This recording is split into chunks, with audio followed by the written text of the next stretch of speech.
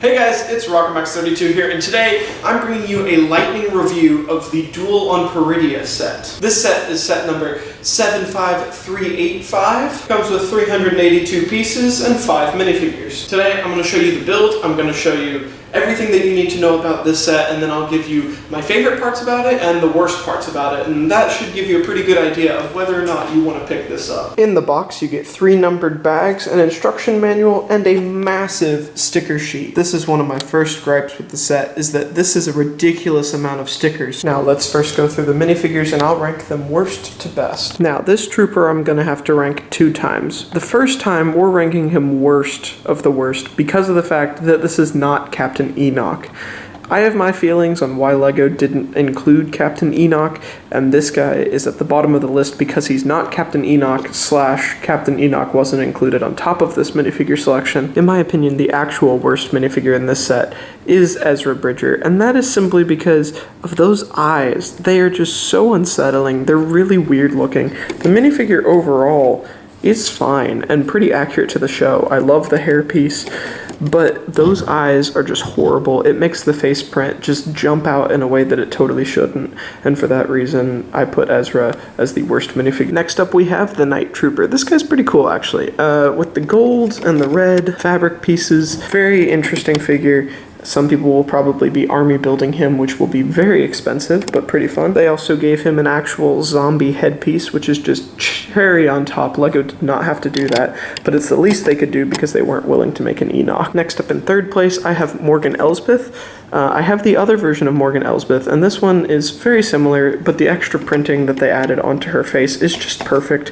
It perfectly matches how she looked in the show, and this new use of the Darksaber lightsaber piece is perfect. I think this minifigure is just your average good minifigure. In second place we have this new Ahsoka, and she's a very cool minifigure. She looks very good, very accurate to the show. This Ahsoka next to the other one is probably going to look very good, depicting kind of her first half of the season vibes versus her second half of the season vibes, and these white robes look amazing. The only thing they could have done better in my opinion is to make the arms white and print the orange on, but instead they did orange arms and printed the white on. Still, this is a great looking minifigure. And finally, in first place, you probably saw this coming, but we have the new Grand Admiral Thrawn, and I think that this is a perfect Thrawn minifigure. Now using the black hairpiece, the slightly lighter blue, the dual molded legs, I mean, this Thrawn is just perfect in my opinion. I love it so much. It makes me not even want the Rebels Thrawn anymore. LEGO knocked it out of the park on this guy, and he is by far, in my opinion, the best minifigure in this set. Now for the actual set itself. I think LEGO did a good job. Some of the angles are pretty cool that they achieved, and how they achieved them are also pretty cool. In my opinion, this kind of comes across as a diorama set more than a play set, but it has plenty of play features, from spinning motions to little launchers to movable flaps so that you can get your hands in there a little better. I think this set looks good. One thing I would caution if you buy this set is that these stickers suck to put on. LEGO tells you to put them on the piece, then put the piece on the model. Absolutely do not do that. Put the pieces on and then put the stickers on so that you can align them with each other, because otherwise it will just not look good. Overall, I would say that this is a good set. $55 is pretty steep for all of this. I think they could have easily justified that by having the exact same build, the exact same minifigures, and adding in a Captain Enoch with a custom helmet mold.